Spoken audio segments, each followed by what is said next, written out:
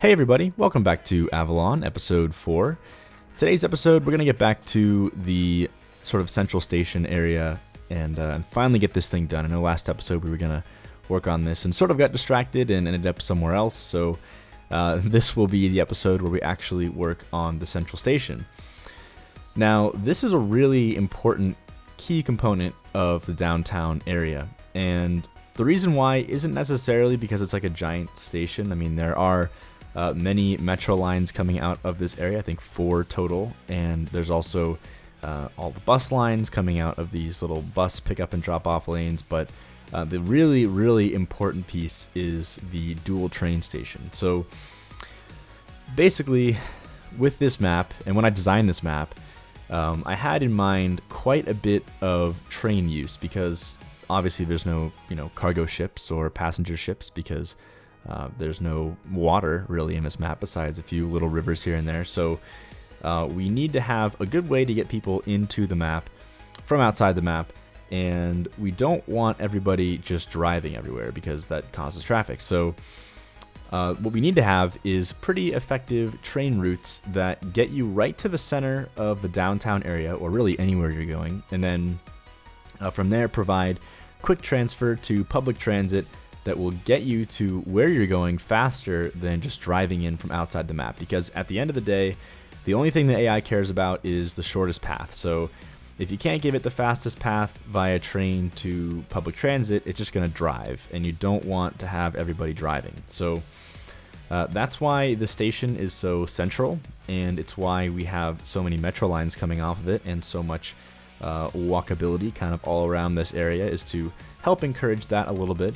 And then, not that this was intentional or anything, but our highway infrastructure is a little convoluted, and there are quite a few sort of looping exits, which really was more for space efficiency than anything, but it does actually make the pathing for getting into the city via a car a little bit longer, and I think that in turn, in combination with the central location of this train station, should definitely make sure that people are coming in via train rather than driving, at least, a large chunk of people, right? You can't get everybody, but you'll definitely get a lot of people coming in via train. Now, for the station itself, we've got our Strict Toaster Cafe over there and some nice seating areas.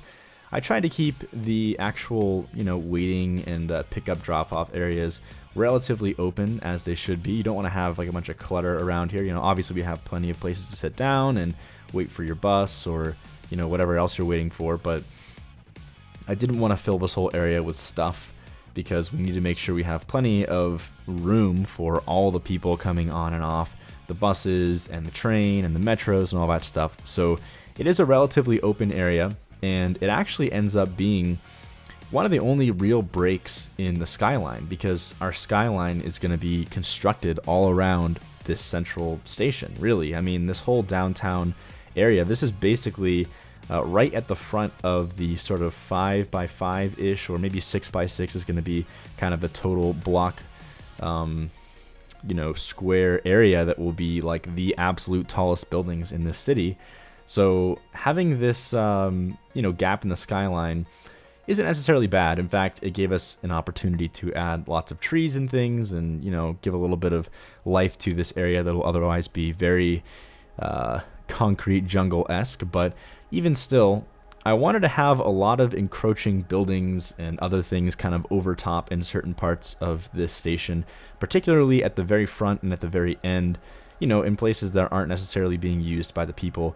This building really being the one exception that just kind of comes out straight over top of the station. But I wanted to give a huge shout out to, and I can't remember exactly what the set is called. Again, it'll be in the description down below in my workshop link, but I believe it's like a modular buildings or something like that is the name of this set. But this is one of the only sets that I've seen that just has like, well, first of all, they're modular buildings, so you'd expect this, but it has like floating building pieces, and then it also has, lower pieces to the building that you can place underneath it. And the great thing about these floating office buildings is you can elevate them and create what kind of looks like big kind of overarching bridges or tunnels underneath buildings. So I'm going to use this quite a bit in areas like this where we have lots of roads and we really need to have a very wide set of roads, and we can't really fit any buildings in between. So I'll use these cool looking like building bridges to sort of connect all the buildings together and keep a consistency in our skyline, even though we have this very big gap in the skyline. So not so much in this part here, but later in the episode we're going to get a lot more of these overarching buildings, and this will definitely contribute a lot to our skyline and really just the overall look, because again, very Blade Runner inspired, and I just love the idea of this like crazy, dense, compact downtown city center with lots of mixed industry and commercial and all this stuff going on, and all the advertising and the big corporate kind of design. So that's what's going on here, and you'll see that quite a bit as we continue on. And of course, we gotta get some good lighting in here as well. This particular building was kind of nice to have, I think, as like I don't know, I just imagine like somebody in corporate being like, all right, we got to have a building like right here. Like we got to have advertising right in front of the bus route so that every time someone drives in, they see Burger King and Pepsi just every time or something like that. I don't know. It just seems like the most like capitalistic society thing to do, just to have like advertising right there, right in the front of the Union Station. And we'll have the same sort of thing, of course, on the other side as well. But I don't know. I kind of like that. I think it's kind of neat. I think this whole area really gives a lot of personality to our downtown area, even if it's not actually super, skyline friendly. But anyway, moving on to the other side, you can see that we're going to start planning out for the next episode, which will be on this like super giant like commercial Times Square-esque downtown area with all this stuff going on. We're going to have lots of advertising, lots of restaurants, lots of nightlife stuff, and that'll all come, like I said, next episode. But I wanted to set that up just a little bit because really the goal with this episode is just to finish off this entire block and have us ready for the next episode. So I wanted to not only finish the station, but really polish the entire block as a whole. So you'll see me kind of going on the outer skirts of this block and kind of planning all this stuff out. Now, this was really interesting. Look at how, you'll probably see it very quickly, but you can see all of this terrain sort of cropping up and glitching out and all that stuff. This is kind of just like what comes with trying to have floating buildings and having, different elevated buildings. And you get it in the other direction as well. You'll have buildings that you try and sink into the ground and you get all this glitchy terrain. And this is when, again, that prop trick where you make sure to turn off the terrain conforming and move it can be really handy if you have all these like terrain glitches and terrain holes and stuff from lowering or raising buildings. But this is a hard thing to hide, especially if you really need to have elevated pieces like we have over here. And what I found to be really useful is, again, using that modular building set and then grabbing one of those just like one-story buildings that are really wide and not very tall, obviously they're one story, and then just using Move It to lower them all the way to ground level and then placing them where the glitchy terrain is, and then they conform the terrain back to the ground again.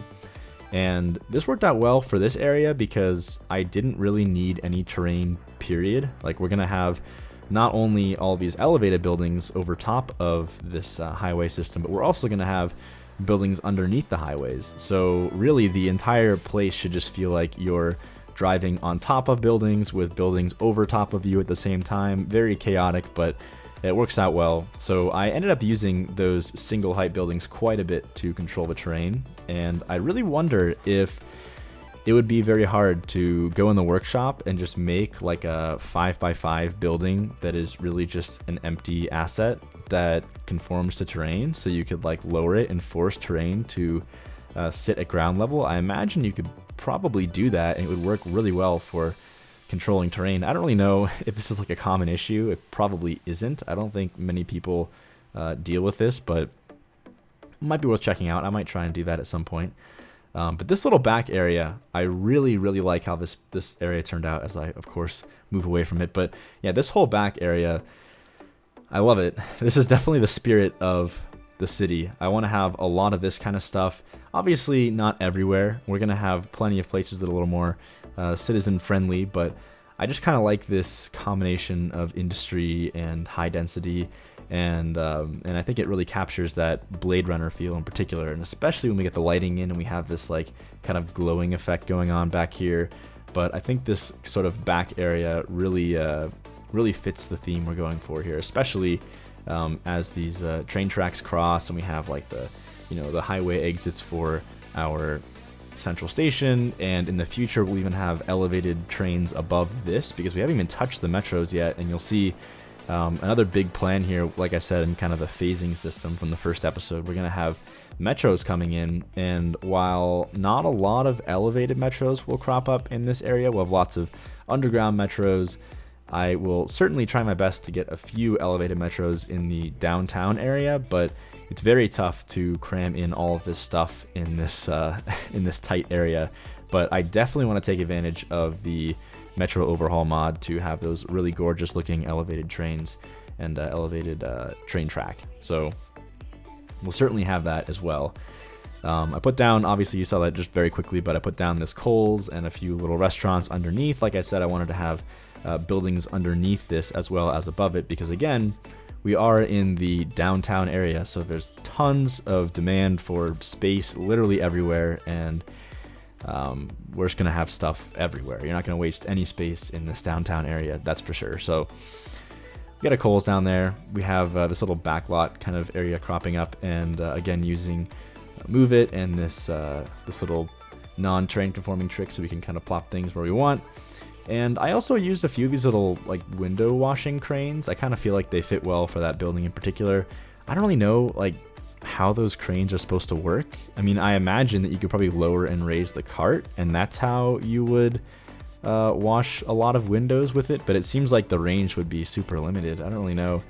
It feels to me like it's more common to have those window washing units that are like attached to the top, and they're just like, they lower you down and you're like in a little sort of rectangular cart that goes all the way down. I don't really know how often those cranes are used, but they look cool, so so I added them, but I don't know. Anyway, we are pretty much at the end of this episode.